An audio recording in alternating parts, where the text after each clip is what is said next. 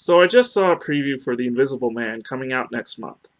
It's a loose adaptation of the original novel by H.G. Wells and a remake of the 1933 film starring Claude Rains. What seems to be the main difference between this work and the previous works is that instead of it being a straight science fiction story of a man going mad after discovering the secret of invisibility, this story is focused on the psychological aspects of such possibilities. For one thing, within the context of the preview itself, the story is told through the eyes of the title character's abused ex, and one does not know if there actually is an invisible man, or if it's all in her imagination.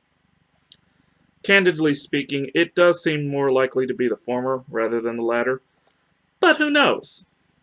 They may actually surprise us all and go with something entirely original.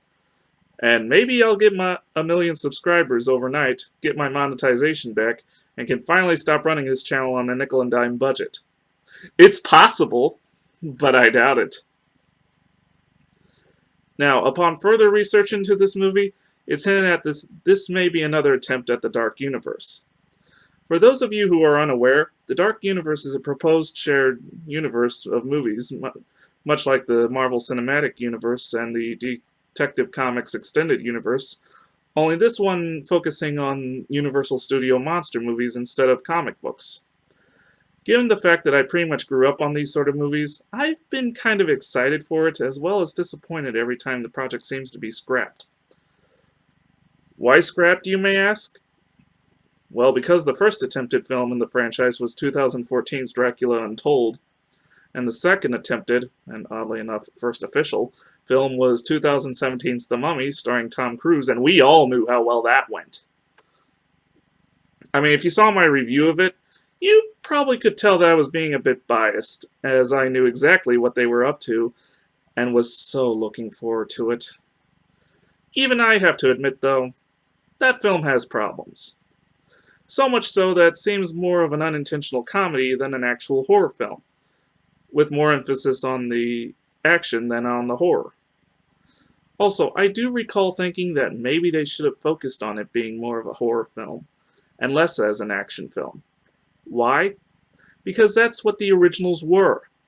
They weren't action films. They were horror films. I mean, one does not expect Dracula, the Wolfman, the Mummy, and Frankenstein's monster, and Gillman to team up and fight Thanos. By accounts, they are the Thanos of their movies. Anyway, whether they watched my videos or not, it seems that the Invisible Man remake is actually taking my advice to heart and making a psychological horror film.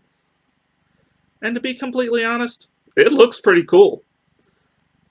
I mean, I'm not going to watch it. Call me a wimp if you may, but I can't stand to watch movies like this in theaters. I'll give it a look when it comes out on DVD, though. As for you, my dear subscribers and viewers, if this is the sort of movie you enjoy, then please, do watch. And if this is going to be another attempt at the Dark Universe, then I encourage you all the more. After all, though this particular film style may not be my cup of tea, I still have high hopes that the Dark Universe may actually happen. Hey, if you enjoyed this entry, please like and subscribe to view more in the near future. Also, if you like, leave a comment below. I'm Mike, and this has been a Penguins Rock production.